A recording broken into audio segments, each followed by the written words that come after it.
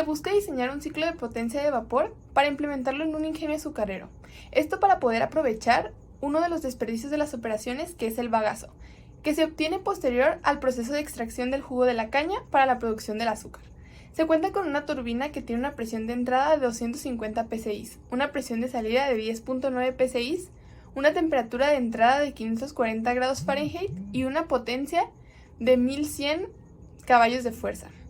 Se tienen dos tipos de caldera, una que puede producir 35 toneladas por hora de vapor y otra de 45 toneladas por hora de vapor. Estos parámetros de entrada son ingresados a la aplicación, que podrá calcular cada una de las etapas del ciclo de Rankine para poder caracterizar así sus elementos, que son la turbina, el condensador, la bomba y la caldera. Además, para el condensador se elige un intercambiador con 50 tubos que tienen 1 metro de largo cada uno y 5 centímetros de diámetro. Además de que el líquido de enfriamiento es agua, que ingresa a temperatura ambiente de 25 grados Celsius y sale a 50 grados Celsius. Además, es importante mencionar que este diseño se está haciendo para una aplicación real. Esto significa que va a haber eficiencias isentrópicas en la turbina y en la bomba. Para este caso seleccioné una turbina con una eficiencia isentrópica de 0.9 o 90% y en la bomba se elige un 0.85 o 85%. Podemos ver que una vez ingresados estos datos y los anteriores mencionados a la aplicación, se puede correr y vamos a poder observar del lado derecho los parámetros de salida de nuestro ciclo Rankine. Podemos ir hacia cada uno de los elementos, la bomba, la caldera, la turbina y el condensador, y ver cómo cada uno de ellos se va comportando.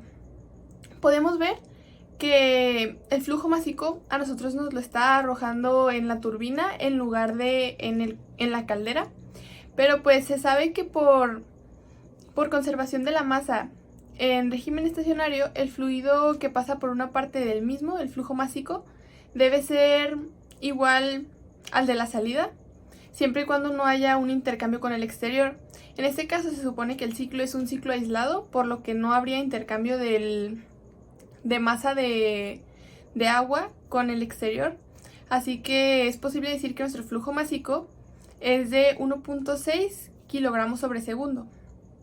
Este flujo másico se calcula mediante la potencia de la bomba dividida entre el trabajo neto. Este trabajo neto se obtiene del trabajo de la turbina restado del trabajo de la bomba. Ahora, si debemos elegir entre la caldera número 1 o la caldera número 2, podemos ver que ninguno de los dos valores de flujo másico producido por estas dos calderas se ajusta al necesario para el ciclo Rankine que nosotros estamos analizando, dadas las condiciones de entrada. Si quisiéramos utilizar alguna de estas dos, tendríamos que modificar el flujo másico necesario a la salida de la caldera. Este podría incrementarse si nosotros tuviéramos una turbina que generara una potencia de salida mayor. Primero debemos hablar de las suposiciones del ciclo Rankine, que son las mismas que se utilizan para el cálculo en la aplicación. Es un sistema diabático, estacionario y con procesos internamente reversibles en cada uno de sus componentes. Como hemos visto, este ciclo pasa entre los diferentes componentes utilizando los valores de salida de uno para hacer la entrada del siguiente. Si deseamos realizar el análisis en la caldera, pues primero debemos conocer la presión con la que ésta trabaja. La presión de entrada de la caldera debemos recordar que es la misma de la salida, ya que se aumenta la temperatura idealmente sin cambiar de presión, en una línea de presión constante. También debemos conocer la temperatura en la salida de la caldera y el calor de entrada que requiere la bomba o el sistema. Una vez que tenemos estos valores, es posible entrar a vapor sobrecalentado con la presión y la temperatura que conocemos. De aquí podemos obtener la entalpía y la entropía en ese estado.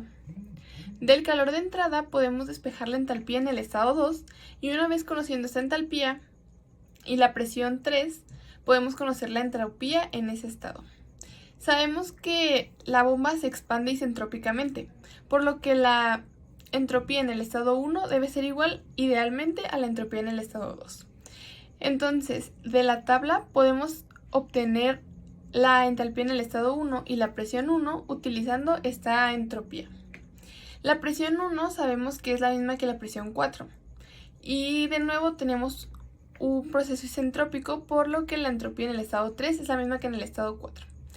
Entonces podemos entrar a la tabla de vapor húmedo con la presión 4 y la entropía en el estado 4 para poder calcular la calidad en la que tenemos el vapor, que se espera que sea una calidad alta, y la entalpía en este estado. Una vez teniendo las entalpías en los 4 componentes o en los 4 estados del ciclo, nosotros podemos calcular el trabajo neto y el trabajo que nos proporciona la turbina. Esto también nos sirve para poder calcular la eficiencia térmica del ciclo.